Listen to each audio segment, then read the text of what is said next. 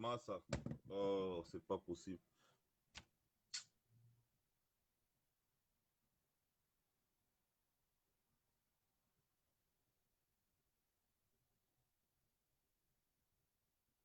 Zéphirin Zago, vous les avez laissés s'installer, c'est tout. Vous les avez laissés s'installer et ils sont en train de nous décourager. Après, bon, on va rester là, on va combattre pendant 10 ans comme nos grands frères ont combattu ici pendant 10, 15 ans. Exactement pareil, hein. Parce que le Camerounais a cette faculté, n'est-ce pas, à se décourager très rapidement. Qu'est-ce qu'on peut faire? Automatique de ton téléphone, tu ne peux pas intervenir sans activer la rotation automatique de ton téléphone. Là, je ne peux même plus te parler parce que le téléphone, si c'est celui que j'utilise sur WhatsApp. Active la rotation automatique de ton téléphone, prof. Dès que c'est fait, tu me dis. Et puis, je te reprends. Tu actives la rotation automatique et puis tu mets le téléphone comme ça. Tu mets le téléphone comme ça. La rotation automatique fait roter l'écran. Donc, tu mets le téléphone, tu vas mettre le téléphone comme tu avais intervenu la dernière fois.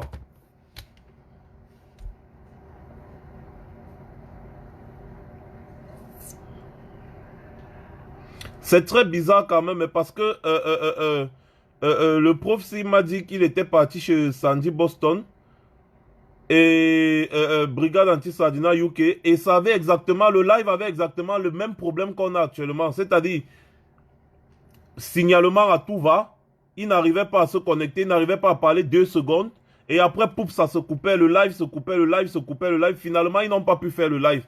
Et c'est la même chose qui est en train de se reproduire. Ce qui s'est reproduit avec la basse UK, c'est en train de se reproduire ici. Toujours avec le même prof. C'est pour vous dire que ces gens ne veulent pas que ce monsieur parle. Ils ne veulent pas que ce monsieur parle. Ils ne veulent pas que ce monsieur réveille tous les handicapés qui sont encore au Cameroun. Ils ne veulent pas que ce monsieur parle. Et vous-même, vous n'aidez pas. Au lieu de rameuter du monde pour que le monde sache au moins ce qui se passe. Mais non, vous n'aidez pas. Je n'avais pas prévu faire un live ce dimanche. C'est à cause de lui. Je lui ai dit, je vais faire un live. On va faire un live spécial pour parler de ça. Je le lui ai dit. Je me rappelle la dernière fois ici, là, il a intervenu juste comme ça, là, et puis c'est passé, il a parlé un peu, et puis il a parlé pendant 3 minutes, et puis il a coupé. On a pris rendez-vous pour le live d'aujourd'hui, pour qu'il vienne nous entretenir pendant au moins 1 heure de temps. Là, maintenant, c'est comme si les Sardinas s'étaient bien préparés, parce que les mêmes problèmes qu'il m'a expliqué qu'il a rencontrés sur la page de la base UK avec la générale Sandy, c'est les mêmes problèmes qui sont en train de se reproduire ce soir ici. C'est-à-dire, il n'arrive pas à intervenir, le live se coupe. Ça, c'est le deuxième live que je lance. J'essaie encore de le prendre.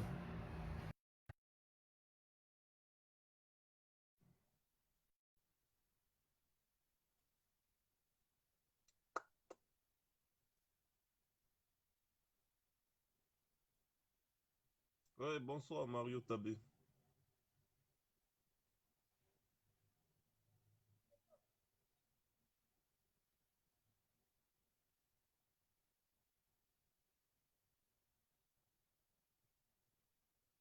Ah ça, il n'arrive toujours pas à se connecter, hein. Oh, fait chier.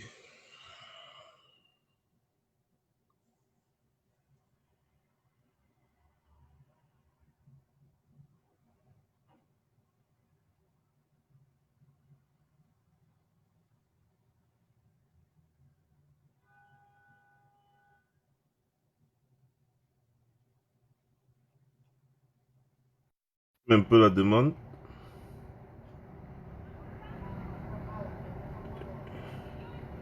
Je supprime la caméra et je remets. Prof, si tu es là, tu sors du live, tu actives la rotation automatique, tu sors complètement du live, tu actives la rotation automatique et tu reviens.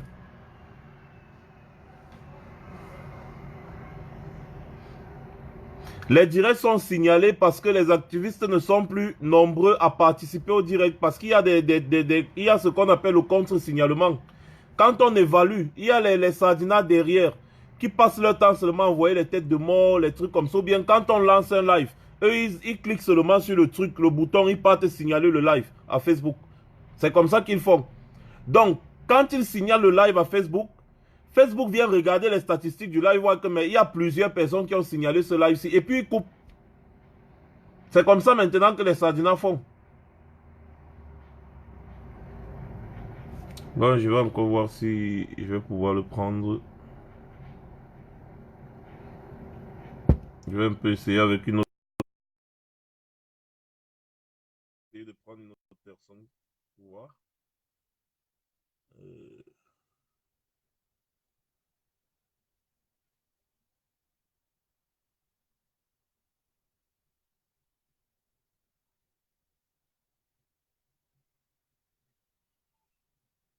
Je peux pas l'appeler audio parce que j'utilise mon téléphone pour faire le live.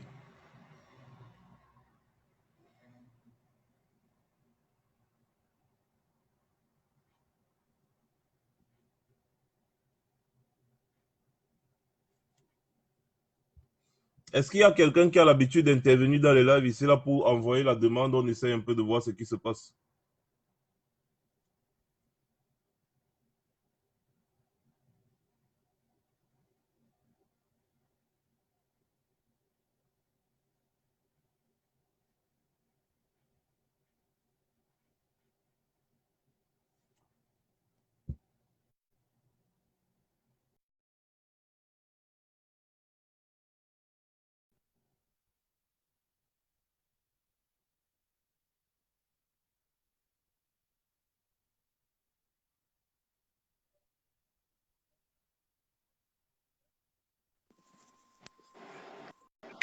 Ah, ça. Merci, me voir. Ouais, bonsoir, prof. Il m'a fallu du temps, Ouais, finalement. je transmets même, hein. Ah, c'est pas facile, hein. On a l'impression que les gens là, ils ne veulent pas vraiment que tu t'exprimes. Ouais, je t'avais averti, hein. C'est un nouveau sujet et puis ils ne veulent pas que je parle. Donc, il faut se préparer à beaucoup de coupures. Ah, ben oui.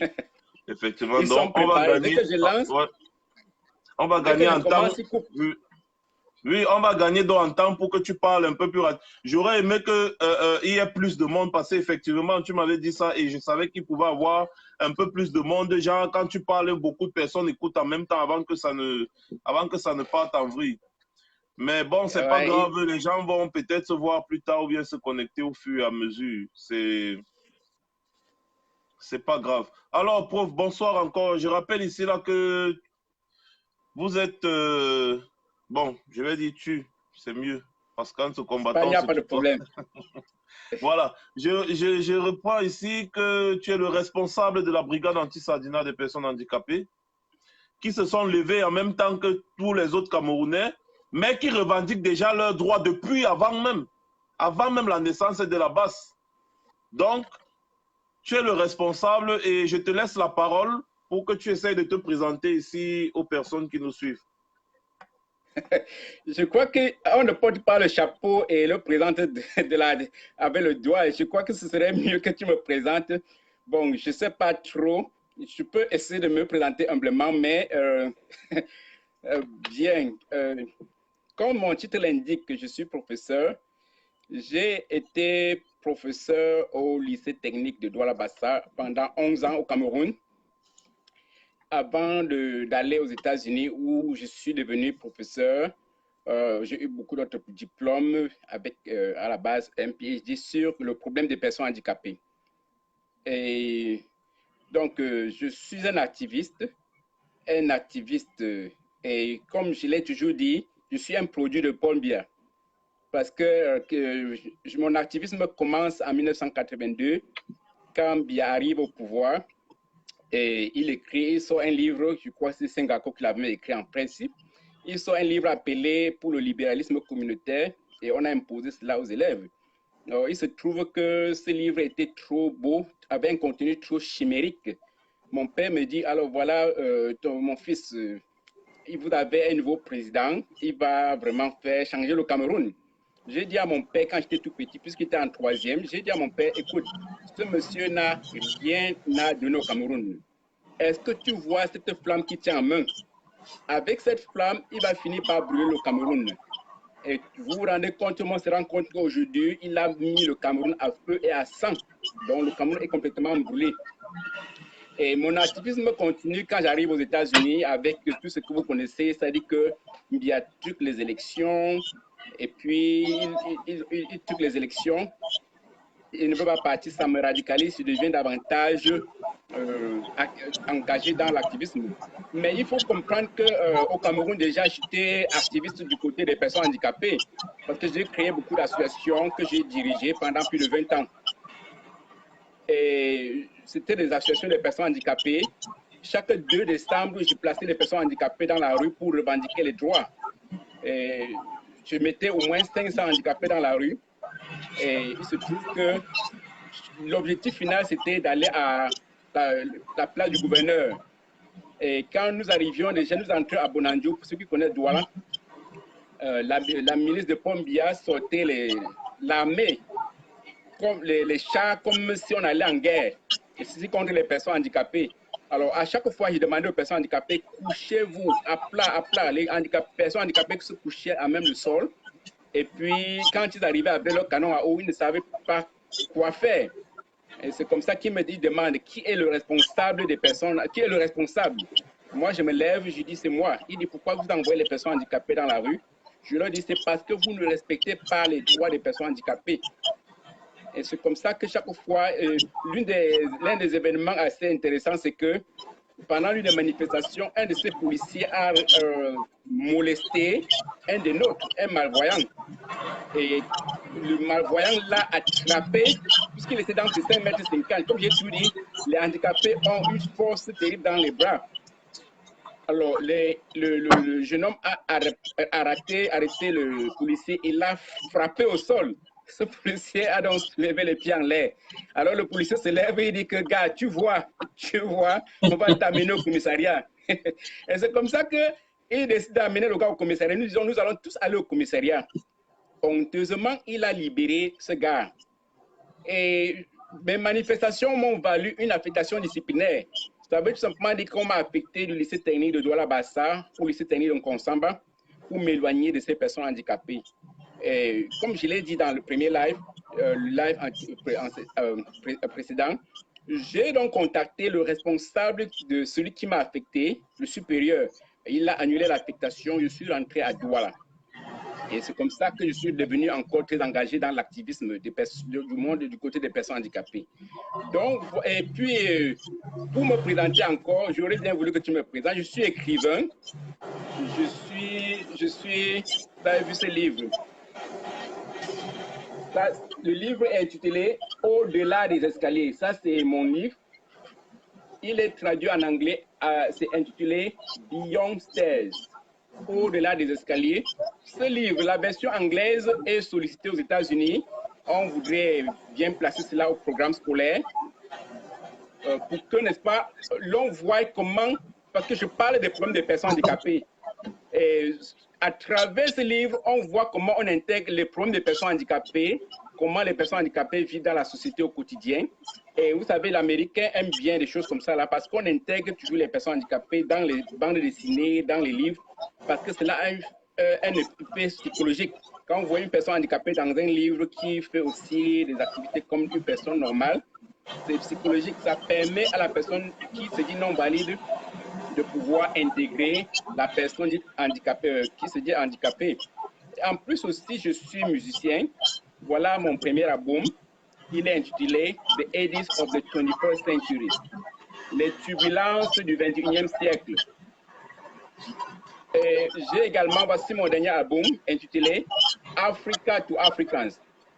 L'un des morceaux phares, c'est L'arbre est penché. Et aucun de ces morceaux, vous ne suivrez aucun de ces morceaux au Cameroun, parce que tous mes morceaux sont censurés. Donc, tous mes morceaux sont censurés, ça ne passe pas. Si vous voulez suivre mes morceaux, il faut aller sur YouTube, vous tapez Professeur Wele, et puis vous allez suivre tous ces morceaux. Donc, voilà, en bref, aux États-Unis, je suis professeur. J'enseigne, tous mes apprenants présentent un handicap. Ça peut être ce qu'on appelle Learning Disabilities, Emotional Behavior Disorder, ou même les autistes, ceux qui sont frappés d'autisme. j'enseigne aussi les doués et les surdoués. Et pour la petite histoire, n'est pas professeur dans ce domaine qui veut, mais qui peut. Moi, j'ai traversé des étapes très rudes. Beaucoup de valides n'ont pas atteint ce niveau. Donc, je me considère et je me définis comme l'un des meilleurs professeurs aux États-Unis dans mon domaine. Ça, les gens peuvent vérifier. Et même au Cameroun, mes élèves ils me connaissaient comme l'un des meilleurs professeurs. Donc, j'ai enseigné, mes élèves sont en train de me regarder maintenant, ils ne peuvent pas démentir.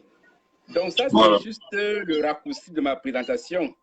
Oui, une présentation globale très fournie. Vous avez devant vous, n'est-ce pas, un professeur comme vous ne le voyez pas souvent, pas le genre de professeur comme ceux que vous voyez souvent sur les plateaux de télévision. Je n'ai pas envie de nommer les Vision 4 avec les Onanguini et tous ces professeurs de pacotille là. Alors, prof, ce qui nous intéresse ce soir, c'est la situation des personnes handicapées au Cameroun. Quelle est leur place dans la société? Parce que quand on sait que les personnes handicapées au Cameroun représentent environ 10% de la population, alors, quelle est leur place dans le social au Cameroun? Bien, comme tu l'as déjà si bien dit, selon les sources de l'ONU, 10% de la population camerounaise est constituée de personnes handicapées. 10%, ça c'est vraiment énorme. Mais je vais vous expliquer la triste situation des personnes handicapées au Cameroun. Le Cameroun est semblable à un monde carcéral pour les personnes handicapées, pour plusieurs raisons. Déjà, l'aide à la mobilité. L'aide à la mobilité, c'est quoi? C'est les béquilles, c'est les fauteuils roulants, les cannes blanches. L'aide à la mobilité au Cameroun, c'est un luxe pour les personnes handicapées. Vous vous rendez compte qu'au Cameroun, on coupe encore des troncs d'arbres pour donner aux personnes handicapées pour qu'elles utilisent comme des bâtons, ce qui est une honte pour le 21e siècle. Donc, les personnes handicapées n'ont pas accès à l'aide à la mobilité. Le fauteuil roulant, pour qu'on offre un fauteuil roulant à une personne handicapée, on la place sous un soleil de canicule, habillée en tenue de RDPC, et on lui fait chanter des louanges hyperboliques pour lui donner un fauteuil roulant. Ça, c'est une honte. Ça, c'était pourtant la moindre des choses qu'on pourrait faire. Alors, quand vous regardez aussi sur un autre aspect, beaucoup de personnes handicapées au Cameroun sont sans abri. Dès le soir, dès la lueur vespérale, comme je l'ai toujours dit, les personnes handicapées dans les artères des villes ramassent les cartons et dorment sur ces cartons devant les vérandas des magasins. Et le plus souvent, ce qui est triste, les gardiens de nuit viennent même les chasser devant ces magasins. Ça, c'est se fait sous le regard complice et coupable de la société camerounaise qui ne fait rien par rapport à cela. Un autre aspect qui est choquant, ça fait partie de la situation des problèmes des personnes handicapées. Les bâtiments au Cameroun ne sont pas accessibles aux personnes handicapées. Donc, il y a déjà une discrimination ouverte par rapport aux personnes handicapées. Donc, les bâtiments sortent des terres comme des champignons, sans escalier, sans ascenseur et sans rampe. Qu'est-ce qu'on fait quand une personne handicapée trouve le travail au deuxième étage? Ça veut tout simplement dire que c'est une discrimination ouverte à l'endroit de la personne handicapée, dont les bâtiments ne sont pas accessibles. Ça, c'est une discrimination ouverte et flagrante. Un autre aspect, c'est l'absence d'emploi. Le gouvernement n'a mis sur place aucune politique d'embauche des personnes handicapées, ce qui est une honte. Et selon la loi camerounaise,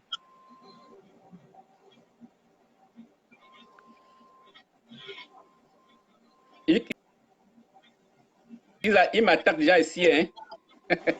Il m'attaque ici, là. Vous m'écoutez? Oui, vas-y, prof, on t'écoute. Parle seulement, voilà. Parle seulement. Ok, selon la loi camerounaise, 10% de l'effectif de chaque entreprise doit être constitué de personnes handicapées. Mais en réalité, ce n'est pas le cas. Des entreprises refusent d'embaucher les personnes handicapées. Et les personnes handicapées, quand elles finissent leur travail, leur rôle, c'est d'aller peut-être devenir des cordonniers. C'est devenir des cordonniers. on n'a pas une politique d'emploi pour les personnes handicapées au Cameroun. J'aurai le temps, je peux même vous expliquer déjà cette discrimination ouverte que j'ai eue quand je faisais dans mon parcours scolaire, avant de continuer. J'ai dit toujours, et ça fait partie de ce que les gens doivent retenir, qu'à l'âge de 15 ans, j'ai dit à mon père que je devais être professeur.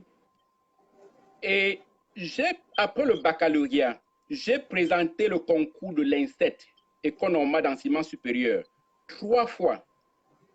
J'ai été admissible 3 fois, recalé 3 fois à l'oral à cause de mon handicap. Donc, j'ai été victime d'une discrimination ouverte. Mes bourreaux m'ont toujours demandé comment est-ce qu'une personne handicapée qui tient les béquilles peut devenir professeur. La 3e année, j'avais eu l'idée de présenter le dossier de 3e année et le dossier de 1re année. Comme je l'ai dit, j'ai échoué la 1re année pour la 3e fois à l'oral. Et le ministre de l'enseignement supérieur avec la possibilité d'inscrire en 3e année les 10 meilleurs candidats du Cameroun. Et moi, j'étais parmi les 10 meilleurs candidats dans toute la province, de tout le Cameroun. Et c'est comme ça que je me retrouve en 3e année INSET. Et tous ces bourreaux étaient tellement gênés de me voir entrer à l'école normale. Et je suis sorti très brillamment. J'ai fait une soutenance brillante. À l'époque, il y avait Radio Douala. J'ai invité Radio Douala pour qu'elle couvre ma soutenance. Une soutenance vraiment bilingue. J'étais le seul à le faire. Radio Douala a fait écho de la soutenance d'une personne handicapée sortie de l'INSET pendant 1 mois. Et c'est comme ça que, n'est-ce pas, on m'affecte au lycée technique de Douala-Bassa. Mon proviseur me demande si je peux rester dans son bureau pour être son secrétaire particulier au lieu d'aller en classe. Et c'est comme ça que j'ai dit à mon proviseur, écoutez, donnez-moi mon emploi du temps. Moi, je suis professeur. Le proviseur, et c'était en décembre, le proviseur m'envoie, j'étais de la série G, gestionnaire de gestion. Le proviseur m'envoie en F4 et F3, seconde F3 et F4, dans des salles de classe où les élèves avaient chassé les professeurs. Les élèves étaient sans professeur depuis 3 mois. Alors j'arrive dans les salles de classe, avec mon expérience naturelle, j'essaie donc de dompter ces élèves et je leur explique qui je suis et ce que je veux faire. Et c'est comme ça que ces élèves m'ont adopté. Et quelques mois plus tard, ils vont, n'est-ce pas, voir le proviseur pour lui dire, écoute, proviseur, vous avez 1000 enseignants ici, mais nous avons un seul. Et chaque fois, il me citait. Et c'est comme ça que le proviseur m'appelle un jour dans son bureau et me dit, mais qu'est-ce que tu as fait de ces élèves? Moi, je lui ai dit, j'ai dit au proviseur, moi, j'ai enseigné, j'enseigne ces enfants. Et c'est comme ça que je me suis affirmé progressivement. Donc, l'année suivante, on m'a fait enseigner la première G1. 99% de mes élèves passent le probatoire. L'année d'après, on me maintient en première G1 et en terminale G1. 99% encore de mes élèves passent le probatoire et le baccalauréat. C'est comme ça que je me suis affirmé comme professeur qui mérite et non pas comme quelqu'un qui mendie l'emploi. Et le proviseur n'avait pas d'autres options que de me maintenir comme professeur. Et pour ceux qui connaissent la petite histoire, j'ai enseigné j'ai été très sollicité dans plusieurs établissements. Bénédicte, Maturité, je me vendais très cher. Donc voilà, c'était juste pour donner un peu ce côté discriminatoire, n'est-ce pas, des problèmes des personnes handicapées. Et revenons maintenant au niveau de l'éducation des personnes handicapées. L'éducation des personnes handicapées est nulle au Cameroun. Je dis bien nulle. Je le dis parce que moi, j'ai eu le privilège d'être professeur aux États-Unis. Je suis spécialisé dans l'éducation des personnes handicapées. Au Cameroun, qu'est-ce qui se passe? On prend les personnes handicapées et on les mélange avec les personnes valides. On leur donne exactement la même éducation. Comment est-ce qu'on peut mettre un malvoyant avec les personnes ordinaires? Comment est-ce qu'on peut mettre une personne qui a un retard mental avec un élève ordinaire? La personne handicapée qui a un déséquilibre mental a besoin de plus de temps pour assimiler la leçon. La personne handicapée a besoin, cette personne a besoin de plus de temps, de plus d'attention, qu'on répète le concept pour qu'elle retienne. Au Cameroun, ce n'est pas le cas. Il y a des personnes handicapées, on les appelle ici aux États-Unis, Emotional Behavior Disorder. Donc, ils ont des troubles de comportement. Au Cameroun, on les appelle les délinquants. Les délinquants. Quand ils sont en classe, parfois le professeur les fouette. Il dit qu'il est délinquant. Alors qu'en réalité, c'est un déséquilibre qu'il faut corriger, il faut le soutenir. Et ce qui m'a toujours choqué, c'est qu'on fait composer les personnes handicapées avec les valides dans les mêmes conditions. Aux États-Unis, une personne handicapée qui compose a 50% de temps supplémentaire. Cela veut tout simplement dire que si l'épreuve dure 1 heure de temps, on accorde 1h30 à la personne handicapée pour qu'elle finisse ses devoirs ou bien son épreuve. Au Cameroun, une personne aveugle ne peut pas composer parce qu'elle lit essentiellement en braille. Quand on compose des épreuves, on devait traduire les épreuves en braille pour que la personne malvoyante soit capable, n'est-ce pas, de composer en braille et qu'on ait des spécialistes qui corrigent leurs épreuves pour donner les mêmes avantages, les mêmes opportunités à ces personnes de réussir. Donc, nous appelons, moi je suis expert en ce qu'on appelle Special Education, donc l'éducation spécialisée. C'est-à-dire quand vous enseignez une personne handicapée, vous devez tenir compte de son handicap pour, n'est-ce pas, individualiser la leçon, son plan d'enseignement. Ça ne se fait pas au Cameroun. Et vous avez vu les accès. Quand j'étais au Cameroun, on me portait au dos comme un sac de macabo pour m'amener dans les salles de classe. Parce qu'il n'y avait pas d'ascenseur, mes frères me portaient au dos. Il n'y avait pas d'ascenseur, il n'y avait rien. Je rampais comme n'importe qui, comme un serpent pour aller en classe, quand on ne pouvait pas me porter. C'était pénible. Alors qu'on devait ramener les salles de classe des personnes handicapées au moins au rez-de-chaussée. Donc, beaucoup de personnes handicapées au Cameroun abandonnent l'école parce que les conditions sont très rudes. Bien, ça c'est l'aspect éducationnel. Au niveau de la santé, beaucoup de personnes handicapées sont laissées pour compte. Le ministère des Affaires sociales et le ministère de la Santé ne s'occupent pas des personnes handicapées. Quand j'étais président au Cameroun, j'ai été président des associations des personnes handicapées pendant plus de 20 ans. Il y avait des filles handicapées qui étaient engrossées par des valides. Et ces valides fuient la personne handicapée et abandonnée à elle-même. Elle se retrouve au 4e mois, 5e mois sans soins médicaux. Il fallait que moi j'aille frapper à la porte des directeurs d'hôpitaux pour exiger qu'on puisse faire des soins à ces personnes handicapées. Donc, ce sont les parents qui s'occupent des soins des personnes handicapées, ce qui n'est pas normal. Ce n'est pas normal. Et vous savez, au Cameroun, Mbia a supprimé la pension des handicapés. À l'époque de Aïdjo, il y avait ce qu'on appelle la pension d'invalide.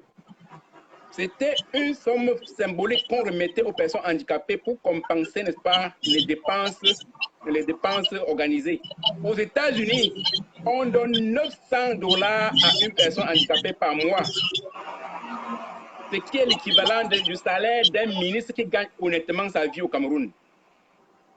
Ça permet à cette personne handicapée, n'est-ce pas, de gagner sa vie de façon décente.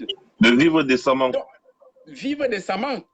Aux États-Unis, moi, j'ai dû santé l'assurance maladie qui me couvre et qui couvre ma famille. Donc, vous allez à l'hôpital, on vous soigne gratuitement. Au niveau du transport, c'est encore, j'ai la carte des invalides qui me permet, avec mon accompagnateur, de voyager de Washington, Maryland, Virginie, tous ces 3 États, sans payer, et mon accompagnateur ne paye pas. Au Cameroun, ce n'est pas le cas. Donc, le Cameroun est vraiment un enfer pour les personnes handicapées. Alors, un autre problème qu'il faut vraiment suggérer, c'est que les personnes handicapées sont abandonnées à elles-mêmes et abandonnées à leur famille.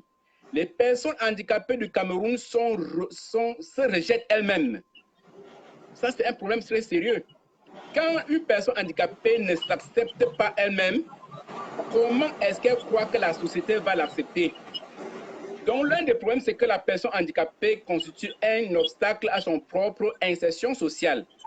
Parce que le plus souvent, elle est frustrée et n'a plus rien à gagner dans le monde, dans la société. Elle n'a pas le moral haut et parfois, elle a l'esprit suicidaire. Ça, c'est un phénomène très sérieux que, n'est-ce pas, les personnes handicapées vivent. Et tu voyez, c'est chacun qui veut être président d'association des handicapés, vous voyez, ils vivent un peu comme des crabes dans un panier. Ça, c'est un problème qu'il faut ici relever. Et puis, l'un des problèmes majeurs, qui est même le problème fondamental, c'est que le gouvernement qui est supposé assurer le respect des droits des personnes handicapées ne respecte pas les droits des personnes handicapées. Au niveau des affaires sociales, le gouvernement n'a même pas assez recruté des personnes handicapées pour qu'on puisse cela puisse servir d'exemple. Si le ministère des Affaires sociales ne recrute pas suffisamment de personnes handicapées pour montrer l'exemple, pourquoi voulez-vous que les entreprises privées recrutent des personnes handicapées?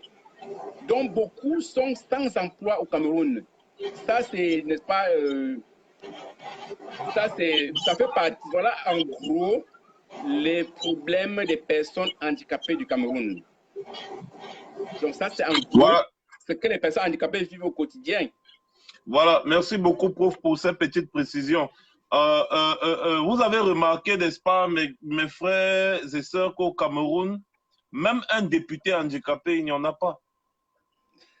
Même un député, c'est-à-dire les gens qui votent les lois dans le pays, des gens qui votent les lois, même un seul député handicapé, il n'y en a pas. Pourquoi pas 10, pourquoi pas 20, pourquoi pas 30 même?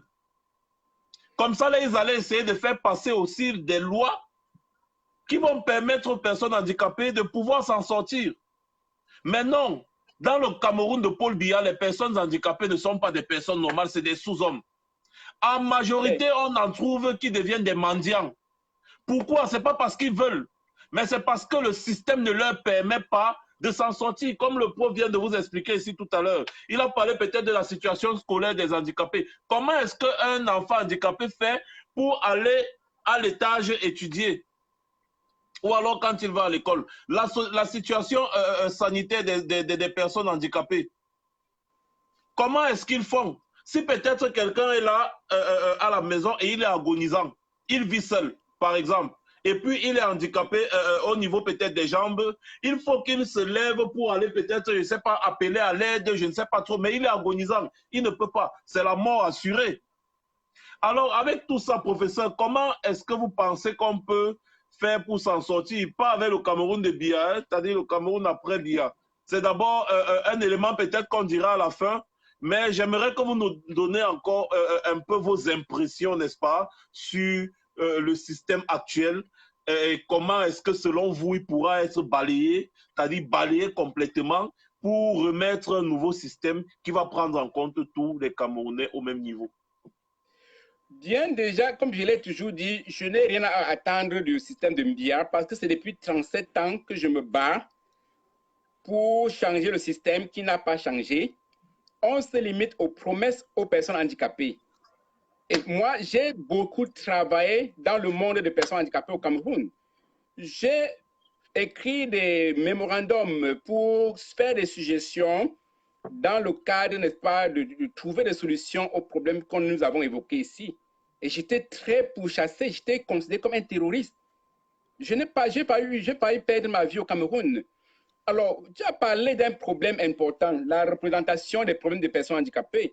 Dans ce document de plus de 100 pages que j'ai monté avec les personnes handicapées au Cameroun, j'avais suggéré qu'au niveau de l'Assemblée nationale, que les personnes handicapées aient une voix consultative.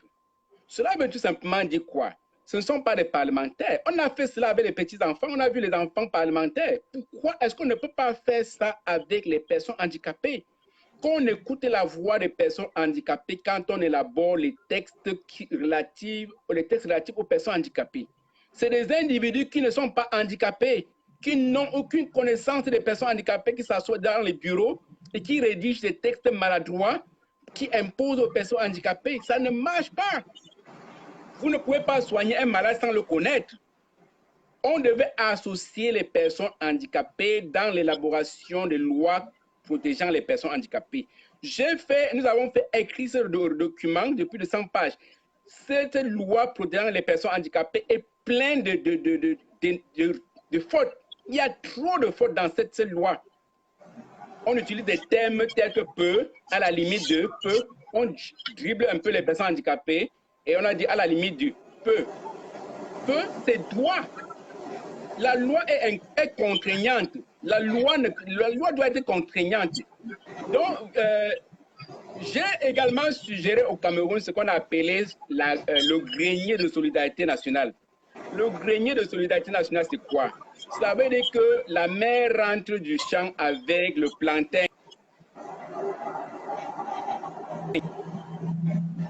Alors, il m'attend là. Tu me suis? Oui, vas-y, je te suis bien.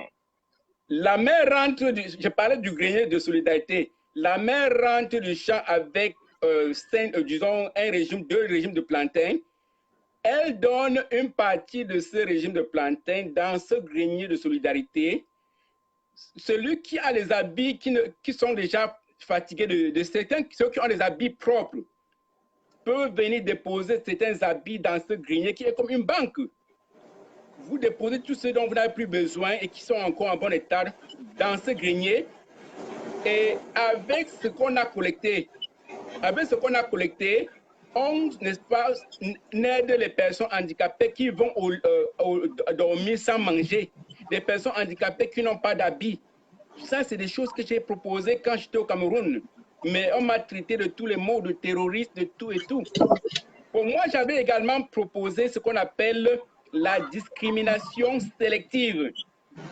Discrimination positive, voulais-je dire. La discrimination positive, ça veut tout simplement dire quoi? Qu'il faudrait prévoir des travaux exclusivement aux personnes handicapées. Ça se fait en Tunisie. En Tunisie, j'ai fait la Tunisie. Les tenues militaires sont exclusivement cousues par les personnes handicapées. Personne d'autre ne coud les tenues militaires en Tunisie. Ça permet de trouver l'emploi à ces personnes handicapées. Pourquoi est-ce qu'on ne peut pas faire cela au Cameroun? Moi, j'avais également suggéré qu'au Cameroun, qu'on prélève 1%, je dis bien 1% des recettes de chaque match de football. Vous savez, les Camerounais aiment le football. Qu'on prélève 1% des recettes de ce match et qu'on finance les associations des personnes handicapées. Ça ne coûterait rien à quiconque. 1%. En Tunisie, qu'est-ce qu'ils font? Ils font ça. J'ai proposé, sans avoir voyagé en Tunisie, dans les 4 premiers mois de l'année, on augmente en Tunisie les taxes. Ça veut dire qu'on augmente légèrement les taxes sur les produits que vous achetez. Le surplus qu'on prélève, ça va, n'est-ce pas, dans le financement, dans l'assistance des personnes handicapées. Ça, c'est des choses qu'on peut faire au Cameroun sans que ça ne coûte rien à quiconque. Mais qu'est-ce qu'on voit au Cameroun? Au Cameroun, pendant la journée mondiale des personnes handicapées, on ramasse les objets bons à la poubelle. On vient jeter aux personnes handicapées comme pour dire, vous ne méritez que ça, des objets bons à la poubelle. Voilà comment on traite les personnes handicapées au Cameroun. C'est ça. Donc, ça c'est donc au niveau de quelques suggestions que j'avais données, que j'ai eu à faire au Cameroun. Et personne n'a pris en considération ce que j'ai dit. Personne. Et quand j'ai demandé qu'on retape, n'est-ce pas, qu'on remodèle les bâtiments publics. Quand j'ai demandé qu'on retape les bâtiments publics pour les adapter aux personnes handicapées, c'était ridicule. Et je vous assure qu'au Cameroun, il y a suffisamment de l'argent. L'argent que Pombia utilise vole pour aller passer 4 ans à l'hôtel intercontinental. Vous croyez qu'on ne peut pas améliorer les rampes et les ascenseurs pour les personnes handicapées au Cameroun? On peut le faire. L'argent que les Mebengo, les Mebengo, les Ngongo, les Mebengo, ils sont dans leur poche sur ces prisonniers bandits politiques qui sont en prison. Si on retrouve cet argent, on met une portion de cet argent pour le service, pour les problèmes des personnes handicapées. Les handicapés au Cameroun seront au paradis. Récemment encore, je vois des personnes, ce jour-ci, je vois des personnes handicapées qui mendient la place au lycée. Supplier le proviseur pour que le proviseur prenne une personne handicapée au lycée. Non, on ne devrait plus faire des choses comme ça. La personne handicapée a droit à l'éducation. Elle ne doit pas mendier, n'est-ce pas, une place au lycée. Donc ça, c'est des propositions que moi j'ai faites quand j'étais au Cameroun et puis j'étais ridicule, n'est-ce pas? On trouvait que j'étais comme un terroriste. On a failli m'abattre à chaque fois que je proposais, que je faisais ces propositions. Ça, c'est triste. Donc voilà à peu près quelques solutions que j'avais proposées quand j'étais au Cameroun. Parce que là, la discrimination dans le monde des personnes handicapées est réelle. Si vous n'êtes pas handicapé, vous ne pouvez pas comprendre ce que je dis. Moi, je suis paralysé aux membres supérieurs et aux membres inférieurs. Il faut être très proche de moi pour le savoir. Mais combien de personnes handicapées se battent pour aller au-dessus, pour surmonter leur handicap comme moi? Beaucoup se découragent. Ils n'ont pas ce moral de faire que j'ai. Ils se découragent parce que la société ne leur donne rien. La société leur arrache plutôt ce qu'on a. Vous avez vu les dons qu'on détourne, on envoie les dons pour soutenir les personnes handicapées. Ces dons sont détournés et n'arrivent même pas à destination. N'est-ce pas? C'est ça, c'est triste. Donc moi, je crois que le problème des personnes handicapées est un problème réel. Et il faudrait qu'on essaie de regarder, pas avec pitié, parce que moi, je n'ai pas besoin, n'est-ce pas, qu'on s'apitoie sur mon sort. Moi, quand vous voyez, vous ceux qui étaient à la marche, le Game Over aux États-Unis, moi, j'ai fait la marche, je venais d'avoir des injections aux épaules. J'avais encore des douleurs parce qu'on me soigne les épaules. J'ai fait le trajet comment on appelle, du Pentagone, comment on appelle ça, Capitole, du Capitole à la Maison Blanche avec mes béquilles sous un soleil de canicule. Les policiers m'ont dit, mais est-ce qu'on ne peut pas te porter dans la voiture pour te mettre à destination? J'ai dit non. Je veux marcher. Je marche au nom de ces handicapés qui souffrent. Donc, tu vois, il y a très peu de personnes handicapées qui feront comme moi. Moi, j'ai toujours dit qu'ils prennent mon exemple et qu'ils essaient de sortir du lot malgré tout ce contexte difficile pour, n'est-ce pas, se créer un chemin. La société est carcérale. Donc, voilà la situation des personnes handicapées au Cameroun. Effectivement, pauvre, mais pour que les personnes commencent à sortir un peu, n'est-ce pas, il va falloir que le système les accompagne. Il va falloir bien mettre quelque chose en place, n'est-ce pas, pour les accompagner. Tout à l'heure, on parlait, par exemple, de l'Assemblée nationale. Si j'ai parlé de la représentativité des personnes handicapées dans l'Assemblée nationale, effectivement, c'est parce que les personnes handicapées au Cameroun représentent 10% de la population. Ce n'est pas rien, c'est 10% de 30 millions, 10% de 30, même si c'est 26 millions comme d'autres disent, c'est 10% de 26 millions. Quand on voit déjà que même Paul Biya qui dit aujourd'hui là que oui, on m'a voté à 71%, les 71% là ne donnent pas 2 600 000, qui représentent 10% de la population camerounaise qui est handicapée. Donc vous voyez un peu de quoi on est en train de parler. Déjà, même les personnes qui ont participé peut-être aux élections en 2018 passé, ne représentent, c'est-à-dire, ce n'est pas, comment dire, c'est pas le double, n'est-ce pas, des 10% que représentent les personnes handicapées au Cameroun. Donc, ça veut dire que les personnes handicapées à l'Assemblée nationale ne devraient pas seulement être, comment dire, genre, on va compléter. Non. Ils ont le droit d'avoir une représentation normale à l'Assemblée nationale pour pouvoir porter leur voix plus haute. C'est-à-dire quoi? On ne parle pas d'un ou deux ou trois députés sur 180, non. On parle d'au moins 30 à 40 députés, c'est-à-dire 40 sièges à l'Assemblée nationale où ce sont des personnes handicapées. Personnes handicapées, ils sont juste handicapés, ce n'est pas que ce ne sont pas des personnes. Alors pourquoi cette discrimination? Ce sont des personnes qui peuvent réfléchir comme vous et moi. C'est des personnes qui peuvent réfléchir sur l'avenir du Cameroun. Ce n'est pas parce que quelqu'un n'a plus l'usage de ses jambes, l'usage de ses bras ou bien de ses yeux, qu'il n'est pas une personne qui a une capacité de réfléchir, n'est-ce pas, pour le bon déroulement ou alors l'avenir de son pays. Donc, voilà autant de choses qui nous poussent, n'est-ce pas, à nous radicaliser davantage contre ce système néocolonial, ce système sanguinaire, ce système machiavélique qu'est le système Biya, le système du Biyameroun, là où la femme du président est devenue aussi la présidente. Parce que nous ne sommes plus dans une république, nous sommes dans un royaume. On appelle la femme du président Madame, son Excellence, Madame.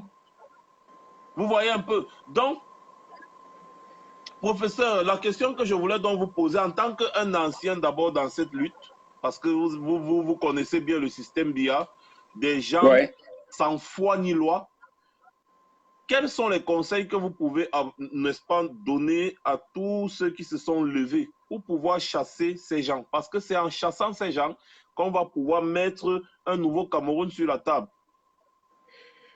Oui, j'ai déjà dit que, n'est-ce pas, je n'ai plus rien à attendre du régime Biya parce que c'est un régime moribond qui a démontré ses limites par rapport déjà à l'encadrement, l'insertion sociale des personnes handicapées. Donc, je n'attends vraiment plus rien, pour être honnête. C'est un régime qui a échoué. Je n'attends rien. Si vous pouvez mépriser 10% d'une population, si vous pouvez mépriser 10% du... Attendez que je mette ma batterie là. Donnez-moi une seconde. D'accord.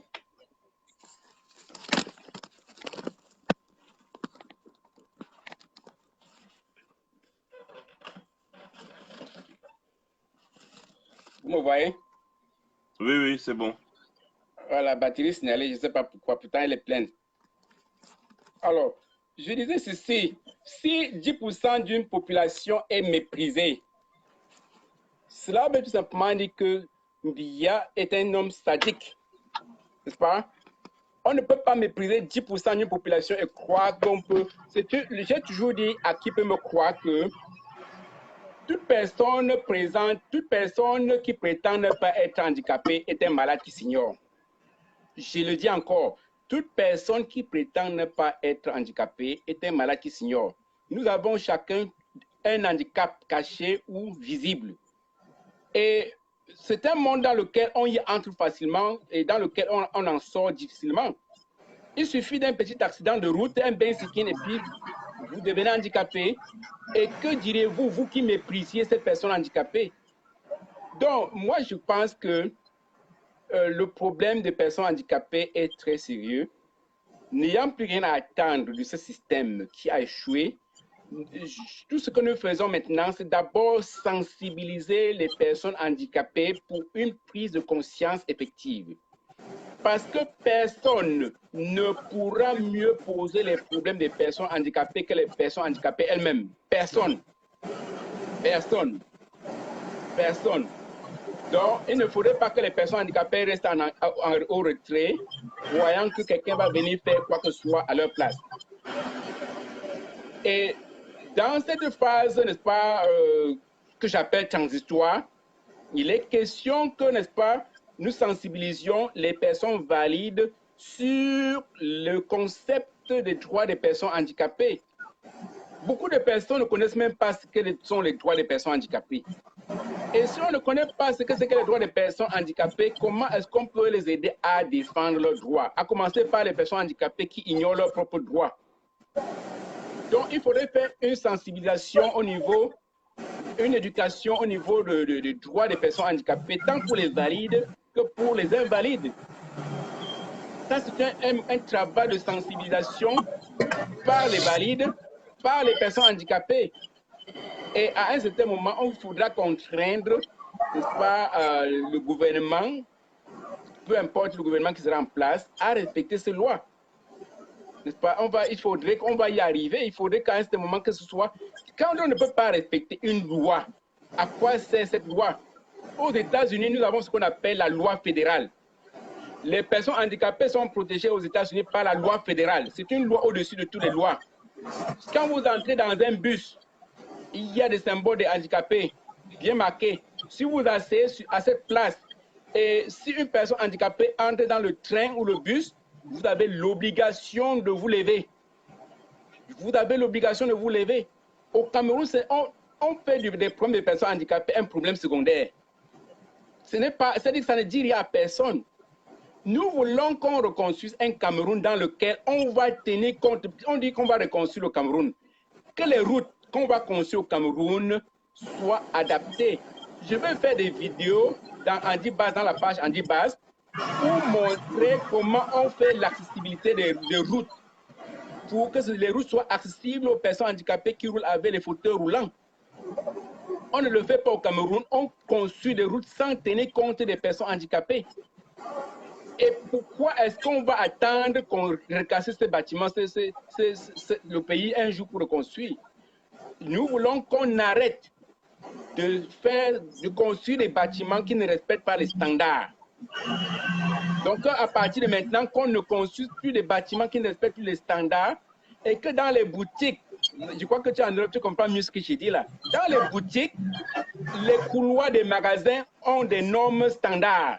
Si la personne handicapée dans un fauteuil roulant ne peut pas accéder à une marchandise parce qu'on a utilisé d'autres marchandises pour bloquer le couloir, elle va appeler un service de protection qui va venir faire le constat et on va poursuivre juridiquement cette personne, cette entreprise. Donc nous voulons une prise de conscience générale. Il faudrait une prise de conscience générale au Cameroun pour que, n'est-ce pas, la personne handicapée ait une place au soleil. Et moi, j'ai toujours dit, et je continue à dire que la personne handicapée est un creuset de potentialité non exploitée. Je n'ai pas besoin qu'on s'apitoie sur moi. Je le dis toujours. Je n'ai pas besoin qu'on ait pitié de moi quand je vais faire quoi que ce soit. Beaucoup de personnes valides ne font pas ce que je fais. Pourquoi est-ce qu'on va s'apitoyer sur mon sort? Donc, j'ai toujours dit qu'il faudrait donner à la personne handicapée une forme que la personne handicapée soit indépendante, qu'on l'aide à être indépendante dans toutes ses actions et qu'elle ne demande de l'aide que lorsque c'est nécessaire. Je ne veux pas qu'on s'apitoie sur le sort des personnes handicapées pour tuer leur potentialité. C'est un peu ça. Donc, le travail, je crois que dans la partie, quand on va parler de Handibase, on va développer davantage d'autres stratégies. Mais pour l'instant, voilà à peu près, il faudrait une prise de conscience. Et la prise de conscience est vraiment importante. Pourquoi? Parce que je vais vous donner un peu mon intimité, juste pour vous permettre de comprendre jusqu'à quel point le problème des personnes handicapées au Cameroun est grave. Malgré le fait qu'au Cameroun déjà été diplômé, j'ai eu toute la peine du monde à trouver une femme. Pourquoi? Parce que les personnes valides au Cameroun ont encore ce complexe des personnes handicapées. J'ai fait 14 expériences. Chaque personne avait honte de mon handicap et les filles voulaient bien dire alors il faut qu'on essaie de tester sexuellement pour voir si tu peux mordre avant qu'on se marie. Moi, en tant que chrétien, j'ai dit que non, moi je ne fais pas cela. Je veux, même malgré le fait que je suis handicapé, je ne vais pas faire un mariage handicapé. La petite confidence, l'amie intime de ma femme actuelle a se séparé d'elle parce que ma femme a décidé d'épouser une personne handicapée. Elle s'est séparée de ma femme parce que ma femme a dit, moi je vais l'épouser, advienne que pourra. Donc c'est pour vous dire qu'il y a tellement de concepts, des préjugés qu'on a des personnes handicapées, des préjugés non fondés. On se dit que les personnes handicapées, par nature, ne peuvent donner de naissance qu'à des enfants handicapés. C'est des malédictions, c'est des parias. Et c'est pour cela que j'ai écrit ce livre. Si vous lisez ce livre qui est sur Amazon, vous allez comprendre davantage ce que je dis. Donc, il faut d'abord qu'on se débarrasse de tous ces préjugés inutiles qui entourent les personnes handicapées. On dit que ce sont des sorciers, c'est des gens qui viennent, qui étaient méchantes dans leur première vie et qui viennent payer leurs péchés dans la seconde vie. On a des préjugés. Quand on vous dit des choses comme ça, là, vous, en tant qu'une personne handicapée, comment est-ce que vous le sentez? Comment est-ce que vous le sentez quand on vous traite de sorcier qui est revenu payer les prières de ses péchés? Donc, il y a ce préjugé-là il faut se débarrasser de tous ces préjugés et ne pas entourer ces personnes handicapées de ces mauvais esprits. Qu'on défie la personne handicapée comme un être positif et qu'on la mette dans un environnement positif et la personne handicapée va réussir comme n'importe qui. Et voilà, justement, on va parler maintenant de la page, n'est-ce pas, que vous avez créée, n'est-ce pas, pour faire connaître les activités ou différentes activités dans l'activisme et, n'est-ce pas, pour dénoncer le traitement des personnes handicapées au Cameroun. Alors, est-ce que vous pouvez nous dire davantage comment est-ce que les gens peuvent faire pour aller s'abonner sur la page et tout, l'adresse email, tout ça? Oui, je crois que j'ai donné Pour le pouvoir email. suivre vos activités, bien évidemment. Ceux qui veulent nous suivre nous avons créé une page, c'est en construction, mais la page sur Facebook est appelée Andy Bass. Andy comme handicapé, Bass comme brigade anti-sladinard. Donc, si les gens, ceux qui me suivent maintenant, partent sur Facebook, vous tapez Andy Bass.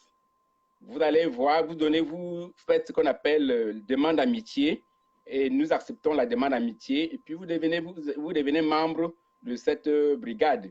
Et nous avons déjà un email. Le email, c'est andybass29@gmail.com. andybass29@gmail.com. Donc ça, c'est des contacts que nous avons pour recruter les membres. Et c'est ici l'occasion pour moi de demander à toutes les personnes handicapées de s'inscrire, de s'inscrire dans ce groupe nouveau. C'est le nouveau bébé de la basse. Oui. C'est le nouveau bébé de la basse. Et moi, je continue à dire à tous ceux qui peuvent me croire, je ne recule devant rien. Je suis un jusqu'au boutiste. Je suis un jusqu'au boutiste. Vous allez voir ce qu'Andy Bass va faire. Andy Bass va faire mal dans le futur. Nous allons faire ce qu'on appelle la dictature de la minorité. Beaucoup de gens ne voient pas ça venir. Cela veut tout simplement dire que ces 10% de la population qu'on néglige va finir par s'imposer dans ce Cameroun. À ce moment, on va arrêter le Cameroun. Tant qu'on n'a pas résolu les problèmes des personnes handicapées, le Cameroun va s'arrêter. Beaucoup de gens ne croient pas. C'est une masse critique. 10% de la population, ce n'est pas rien. C'est une masse critique très importante. 10% de la population. Ah oui. Alors, mais je vais ici vous donner un peu l'historique de la création. Pourquoi est-ce que nous avons créé Andy Bass? Andy Bass est né d'un constat d'échec de la politique d'insertion sociale des personnes handicapées au Cameroun. Parce que la mission d'Andy Bass, c'est d'exposer les abus commis aux personnes handicapées au Cameroun. Si mon téléphone, je suis en train d'utiliser mon téléphone pour le live, je pouvais retourner ce téléphone pour vous montrer la photo d'une personne handicapée dans un fauteuil roulant, abattue par la milice de Paul Biya, noyée dans son sang. Quelqu'un qui ne peut même pas fuir, vous l'abattez dans son fauteuil roulant. Vous ne trouvez pas que c'est des abus qu'il faut dénoncer?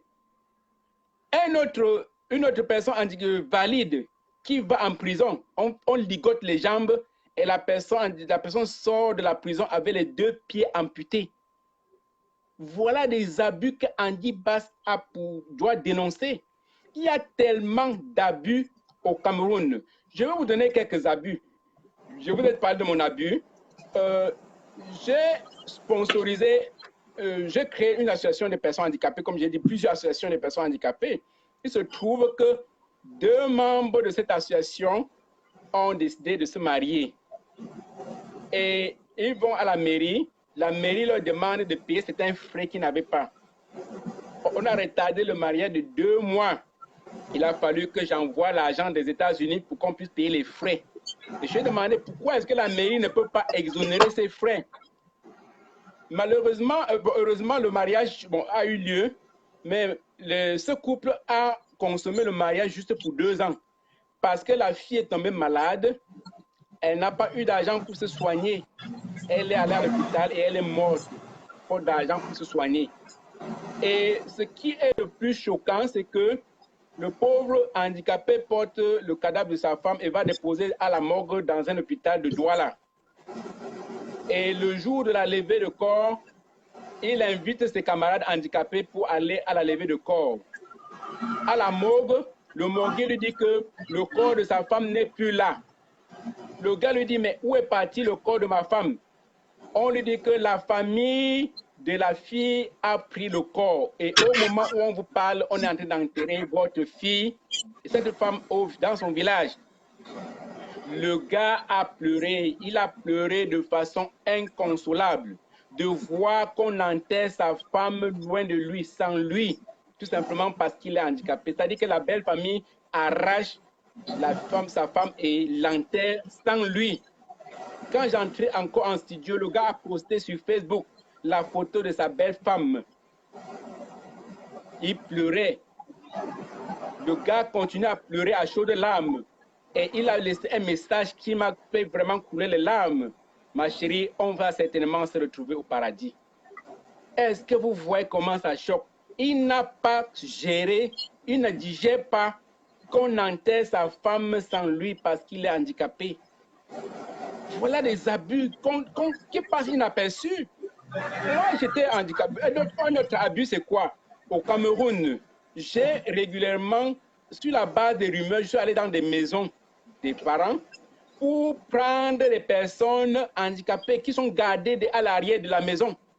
Parce que les parents estiment qu'un handicapé dans le toit, c'est une malédiction. On garde la personne handicapée qui a 10 ans et qui ne va pas à l'école. Je détecte donc cela et j'arrive, je toque à la porte, je dis, présentez-moi cet enfant que vous cachez. Et on sort un enfant qui rampe, qui a 10 ans sans aller à l'école. Je dis, maintenant, vous assurez l'éducation de cet enfant ou je vous enferme. Je jouais le rôle des affaires sociales, le rôle de la police, avec tout ce que vous pouvez imaginer. Et c'est comme ça que on a arrivé à donner des formations aux personnes handicapées. Pourquoi négliger, refuser l'éducation à une personne handicapée, une personne parce qu'elle est handicapée? Donc ça, c'est des abus qui se passent au quotidien et ça passe inaperçu. Moi, je suis le plus lettré de ma famille, comme je l'ai toujours dit. C'est moi qui sponsorise ma famille. Si mon père n'avait pas choisi de me laisser aller à l'école, qu'est-ce que je serais devenu? Donc, il y a tellement d'abus qu'on fait aux personnes handicapées au Cameroun et ces personnes n'ont pas de voix. Ces personnes n'ont pas de voix. Ça passe inaperçu. Et l'un des abus, il y a beaucoup de personnes valides qui engrossent les filles handicapées et disparaissent. Ces personnes handicapées sont maintenant des filles mères sans assistante, n'ont pas de soins médicaux, rien. Ça, c'est des abus qu'il faudrait arrêter. Donc, Andy Bass a pour but, n'est-ce pas, de frapper fort. Andy Bass a pour objectif, n'est-ce pas, d'éduquer les personnes handicapées sur leurs droits et devoirs. Donc, c'est une structure d'éducation. Parce qu'il faudrait que les personnes handicapées comprennent quels sont leurs droits, quels sont leurs devoirs. Si vous ne connaissez pas vos droits, vous ne pouvez pas les défendre. Donc, voilà, Andy Bass, c'est ce gendarme qui va se positionner, exposer les problèmes des personnes handicapées en international et en national. Parce que moi, j'ai la possibilité désormais de contacter les organismes internationaux au cas où le Cameroun continue à violer les droits des personnes handicapées. Le Cameroun a signé des conventions sur la protection des personnes handicapées et c'est une obligation. On ne l'a pas contraint. Jusqu'ici, on a laissé le Cameroun agir. Mais Andy Bass doit contraindre le gouvernement camerounais à respecter les conventions signées. Sinon, nous allons contacter ces organismes. Comme je vous l'ai dit, je suis un jusqu'au-boutiste. Je suis un homme actif. Je ne blague pas quand je fonce. Et rien ne peut m'arrêter. Donc, Andy Bass, c'est désormais une structure sur laquelle on doit compter pour changer le Cameroun dans le monde des personnes handicapées. Donc ça, c'est en gros la mission de Andy Bass. Voilà, merci beaucoup, prof. Si vous avez quelque chose d'autre à ajouter pour conclure cet échange, je vous laisse le temps de parole qu'il vous faudra. Bien, je voudrais continuer en disant ceci, n'est-ce pas? Comme on l'a dit, 10% de l'effectif du Cameroun, de la population du Cameroun, est constituée de personnes handicapées. Et moi, j'ai toujours dit, je continue à dire que ce sont les personnes handicapées qui gouvernent ce monde. C'est difficile de le croire. Quand vous regardez l'Amérique, les États-Unis, le meilleur président des États-Unis, c'était Franklin Delano Roosevelt. Il marchait sur les béquilles comme moi. Et c'est ce président qui a sorti le monde entier de la crise de 1929, la crise économique. Franklin Delano Roosevelt, le meilleur président. Einstein, qui a créé la bombe atomique, avait l'autisme. Beaucoup de personnes ne le savent pas, c'était un handicapé. Quand Einstein est mort, il a été remplacé par Steve Hopkins. Steve Hopkins, c'était une personne handicapée condamnée dans un fauteuil roulant. Mais dans son fauteuil roulant, il était capable d'aller explorer les astres pour vous dire tout ce qui se passe dans les astres. Complètement paralysé. Mais le meilleur physicien du monde après Einstein, handicapé. Est-ce que vous pouvez imaginer? Vous avez vu Stevie Wonder. Stevie Wonder, il est aveugle. Il joue couramment 8 instruments de musique. Et vous qui voyez, vous ne pouvez pas jouer un seul instrument. Finalement, qui est handicapé? Qui est handicapé? Ça, c'est la bonne question. Alors, qui est donc handicapé? Il faut donc qu'on définisse. Lui, il est capable de jouer 8 instruments, vous ne jouez aucun. Vous ne pouvez pas jouer, on vous donne, vous ne pouvez pas jouer. Et il est aveugle, il ne voit pas. Tala André-Marie grince la guitare avec les dents. Koto Bass, l'un des meilleurs guitaristes du Cameroun et même du monde. Et Boiloting.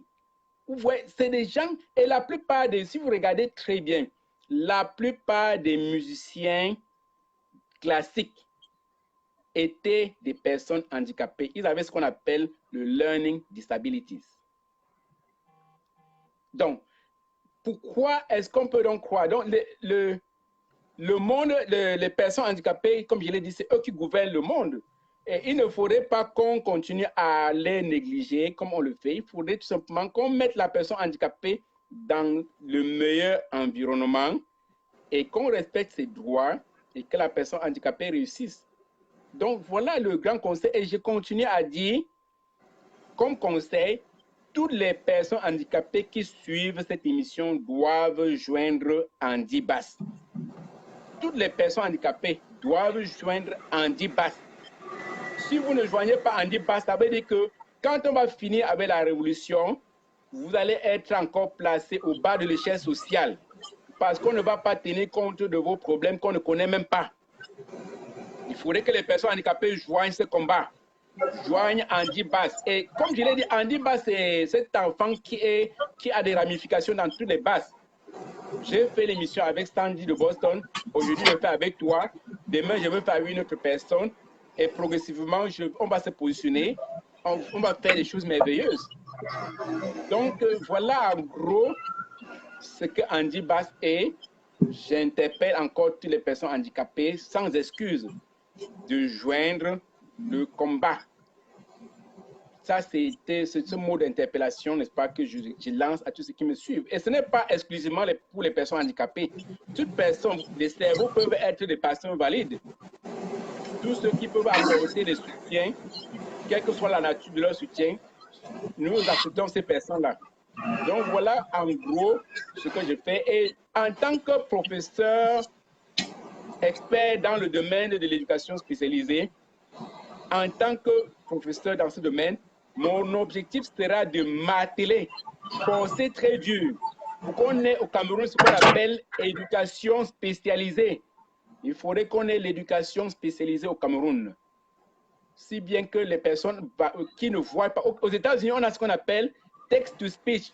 Donc, les personnes qui ne peuvent même pas dactylographier parlent l'ordinateur dactylographie et on corrige. On donne à toutes les personnes handicapées les mêmes opportunités de réussir sur le plan scolaire. Et ce sera l'un des grands points de notre bataille dans Andy Bass, l'éducation spécialisée. Moi, je crois que j'ai dit l'essentiel pour l'essentiel. Oui, merci beaucoup, prof. Merci beaucoup pour cet entretien. J'espère qu'après ça, beaucoup de personnes ont compris la situation, n'est-ce pas, des personnes handicapées dans notre cher et beau pays. Ce qui m'a marqué dans cet échange, n'est-ce pas, c'est cette question-là qui a été posée. Quand, au vu de tout ce que vous avez expliqué en réalité et de toutes les œuvres des grandes œuvres que les personnes qu'on dit handicapées ont réalisées au fil du temps, en passant par le président de la première puissance mondiale, par le plus grand physicien et des très grands musiciens. Je vais ajouter aussi le très grand pianiste qui n'a jamais été égalé, Ray Charles, qui était un aveugle. Et quand ce monsieur touchait le piano, ça faisait grincer le cerveau. Alors, cette question très pertinente-là, quand on voit au vu de tout cela, qui est réellement handicapé? Question fondamentale. C'est une question fondamentale. Et cette question pousse à réfléchir. Voilà Absolument. pourquoi on ne doit en aucun cas sous-estimer ou négliger une branche de la population, soi-disant parce qu'elle a un problème. Nous tous, il y a un adage qui dit, comme vous le disiez tantôt, toute personne qui se dit en santé est un malade qui s'ignore. Chacun d'entre nous a un handicap à son niveau. Absolument. Les êtres humains ne naissent pas quoi demain sera fait. Oui, et personne ne sait de quoi demain sera fait.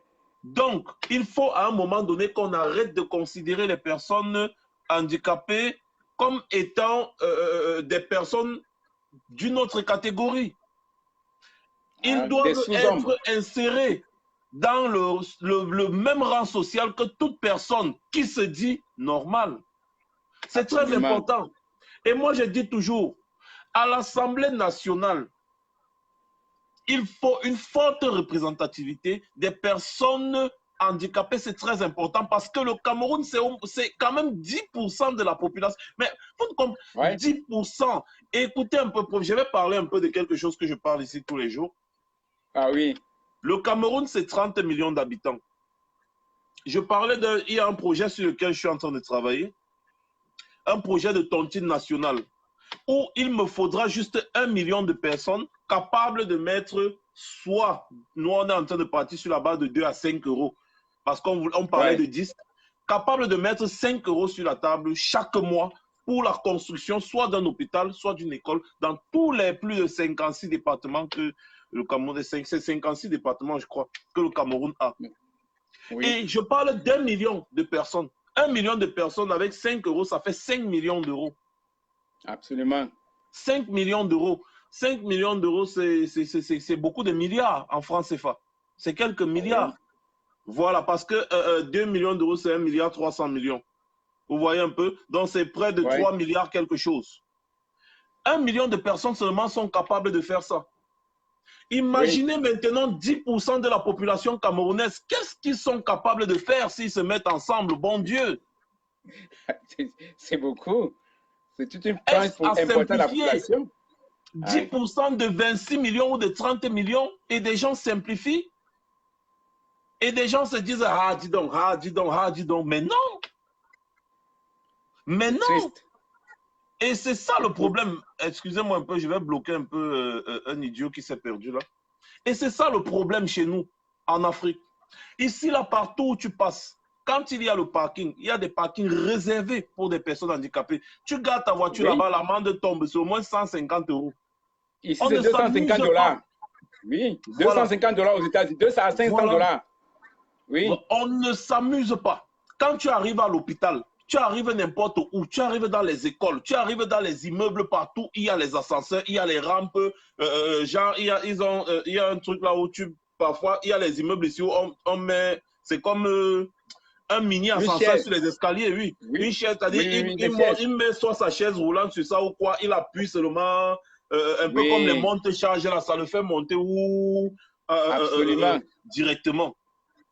Il y a des installations ici qui tiennent compte de toutes les classes de la population. Ne t'amuse pas. Alors, comment chez nous, avec tous les moyens que nous avons, nous ne parvenons pas?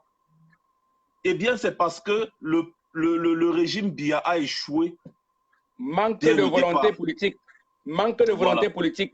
Et c'est ça. Voilà encore des raisons pour lesquels il faut éradiquer ces gens. J'ai vu un commentaire tout à l'heure où il y a n'est-ce pas, un ami là qui a écrit, il dit qu'il y a une petite fille à Douala, il y a une fille à Douala qui est dans le même carrefour depuis plus de, je sais pas, il a parlé, c'était 10 ou 20 ans. Il est parti au Cameroun dernièrement, il a retrouvé la même fille au même endroit dans le même carrefour. Oh mon 10 Dieu. ans, même si c'est 10 ans plus tard, elle est toujours là, au même endroit, même carrefour. Handicapés. Les autorités, on s'en fout. Ils sont champions pour acheter les grosses voitures à 60 millions, 80 millions, 120 millions. On facture à 200 millions.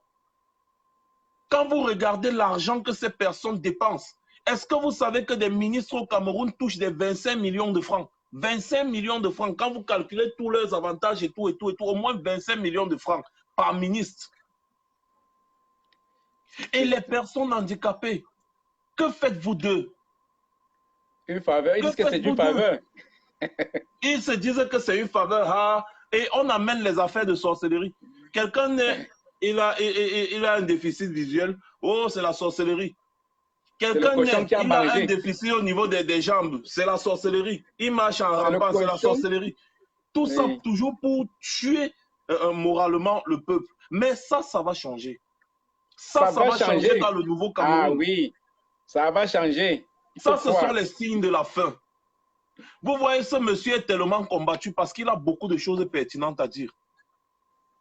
Heureusement, ce soir, il a pu parler jusqu'au bout. Ils attaquent mes lives. Et je compte sur vous parce que ce qui me rend triste, c'est qu'il n'y avait pas assez de monde pour écouter. Mais ce n'est pas grave. Je compte sur vous pour télécharger cette vidéo et la partager sur YouTube, partout, que les gens sachent ce qui se passe dans notre pays. C'est très important parce qu'il est aussi de notre responsabilité de contribuer à notre petit niveau. Ah oui. Donc j'invite tous les informaticiens là. Sans t'interrompre, quand tu vois les personnes handicapées mentaux qu'on appelle entre guillemets des fous, qui marchent nus en public et qui mangent dans la poubelle sous le regard passif des Camerounais. Dans les pays organisés, on devait mettre ces handicapés mentaux dans des centres psychiatriques et leur donner un traitement. Et qu'est-ce qui se passe au Cameroun? À la veille de la fête nationale, on les ramasse.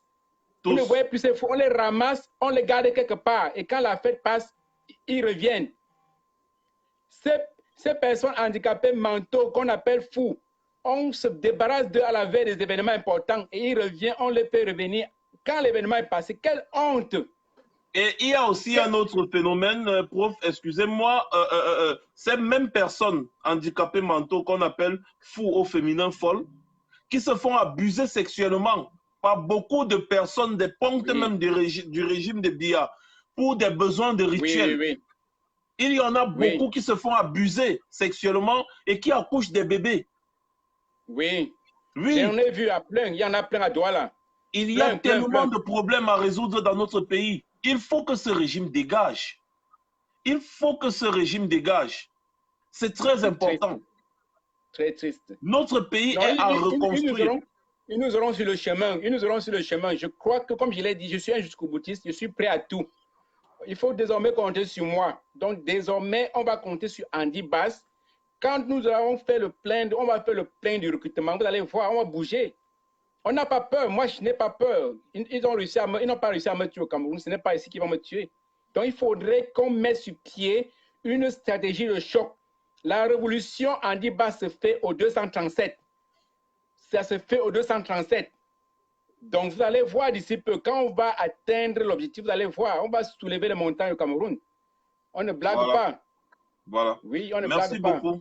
Merci beaucoup, prof. Merci beaucoup d'être venu nous édifier ainsi. Et je sais que tu es toujours disponible. Donc, quand j'aurai besoin de toi, je vais te contacter. Même comme on a souvent un problème avec le temps, c'est-à-dire quand je dors, c'est quand tu es debout. Quand tu es debout, c'est quand je dors. Et parfois, quand je sors, je rentre tard et tout ça. On n'arrive pas à se prendre, mais on finit toujours par se prendre.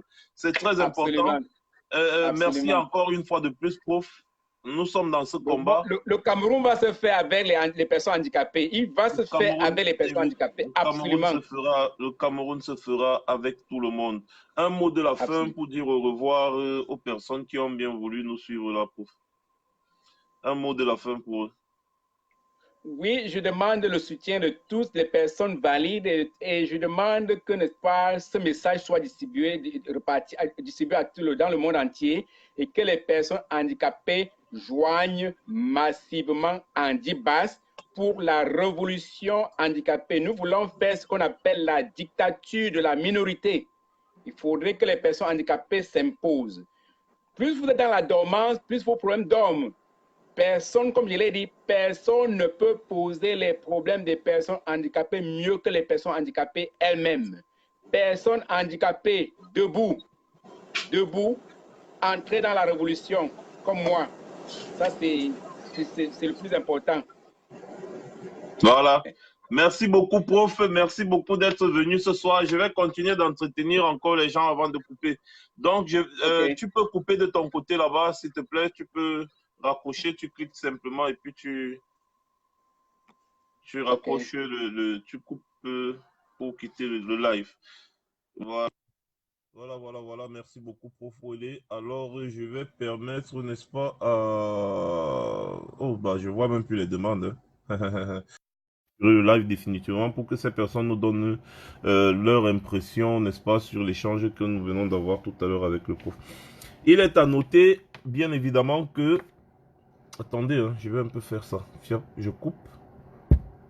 Et après, je remets. Voilà, s'il y a 2 ou 3 personnes qui veulent bien dire un mot, je vais pouvoir vous prendre. Il est à noter que les avocats ont décidé de descendre dans les rues pour revendiquer. Les choses sont en train de se passer au Cameroun. Les gens en ont marre.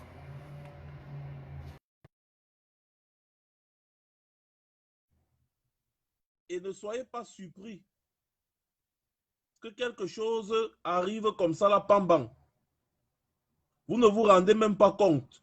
Mais c'est déjà là. Excusez, hein, je veux... Salut. Oui, bonsoir. Alors, on Oui, t'écoute rapidement 2 minutes. Oui, c'est Pierre Ledoux depuis Washington. D'accord, bonsoir Pierre. Oui, on est tous des résistants, les combattants, si on veut l'appeler comme ça. Comme disait Ouais. le frère handicapé, vraiment, il lève un bon sujet et je crois qu'on devrait le pousser comme d'habitude. Et qu'on ne pense pas que tout est joué. Nous devions mettre tous les barrières de notre côté. La prudence est appelée à tous, quoi, pour pouvoir gérer la situation de ce moment. Si tout se passe bien, pour moi-même, je me trouverai du côté de Belgique, le 7. Si tout se passe bien. D'accord. Après mes prévisions et après mes vacances, ici nous travaillons et on ne te donne pas les vacances comme ça. Et selon l'ancienneté. Donc, c'est possible que je me retrouve en Belgique le 7. Donc, il n'y a pas de dessus. Et après la Belgique, c'est l'Allemagne. Le cap sur l'Allemagne et je vois en France pour remonter. Donc, d'accord. Tout le monde, tous les résistants, sortons. Ça fait longtemps qu'on a démarré cette histoire et comme on disait encore hier, le leader ci, le leader ça, machin, tout le monde est leader à sa façon. Tout le monde est leader à sa manière. Aujourd'hui, nous sommes tous dehors avec des diplômes, ça ne nous sert à rien. Notre pays a besoin de nous, l'ingénieur pour l'ingénieur de plan et chaussée, l'ingénieur en mécanique, l'ingénieur en ceci. Nous sommes tous dehors. Nous travaillons pour les compagnies, on les donne tous nos cerveaux à leur dépens. Le Cameroun a besoin de nous. Tu as mis la main sur ton micro. Ouais, je disais que vraiment, voilà. C'est vraiment pas, c'est pas imaginable. Ça fait mal. Ça fait 13 ans que je suis dehors. 13 ans et beaucoup de mes camarades, beaucoup de nos camarades nous suivent en ce moment. Nous sommes nombreux à vous suivre. À suivre, que ce soit toi, que ce soit n'importe qui. Je suis tout le monde. Le fond, c'est que nous devions nous solidariser pour nous remettre sur la voie. Il n'y a pas d'autre solution que ça. On peut aller en rang séparé, mais l'objectif ne doit pas être oublié.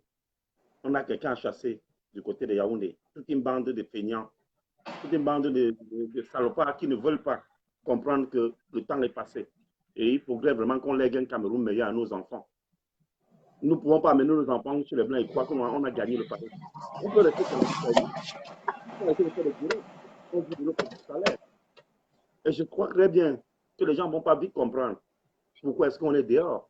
Pour certaines personnes, pour ceux qui croient qu'ils sont en train de tenir la bonne part du côté de Yaoundé, on m'aurait aussi acheté. On t'aurait aussi acheté, tu aurais pris cet argent.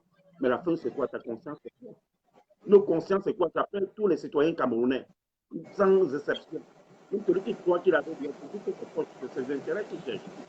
Même celui-là.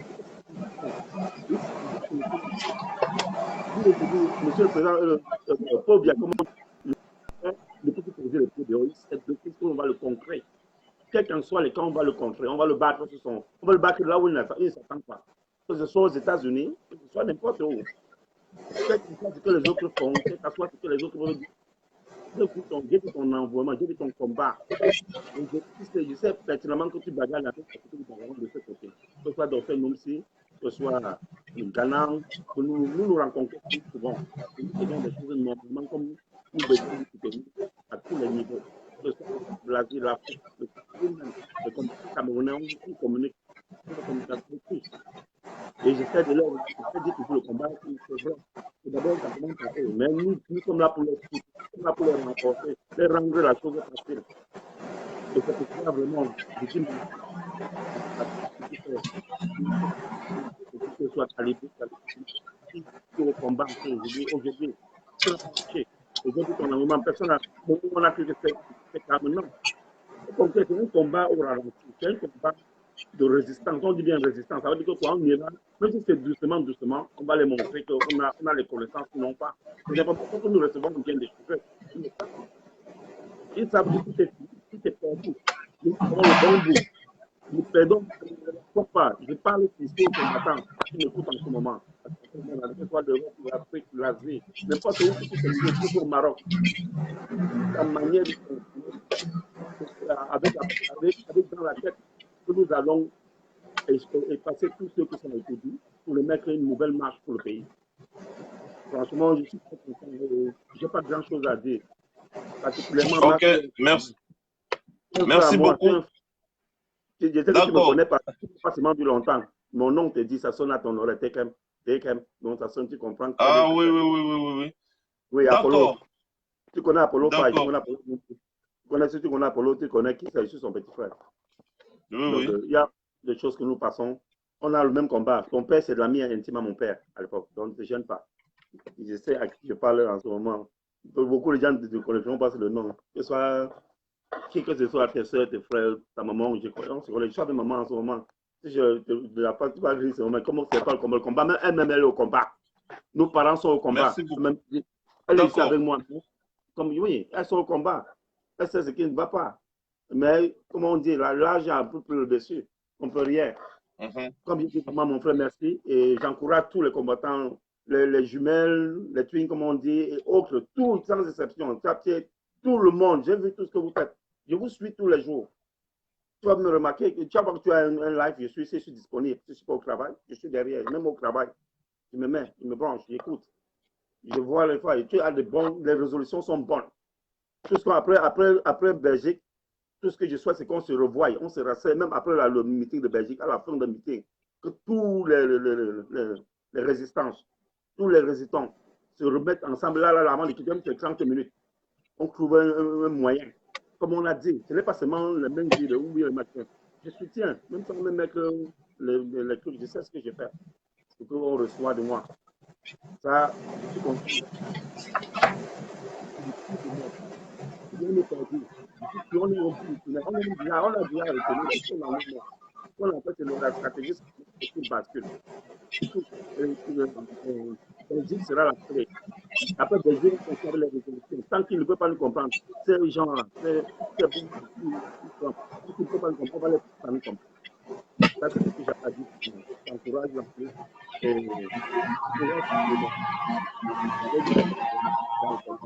Personne n'a peur. Je vous assure que personne n'a plus peur. Il y a une histoire de 15 ans, je n'ai pas besoin, je ne peux pas détruire. Avec celle de l'Italie, avec tous les combattants de l'Italie, l'Angleterre, ils combattent. Ok, mon frère. Merci beaucoup. D'accord, tu coupes là-bas de ton côté. D'accord. Tu coupes là-bas de ton côté, s'il te plaît. Tu cliques pour couper. Aïe, aïe, aïe.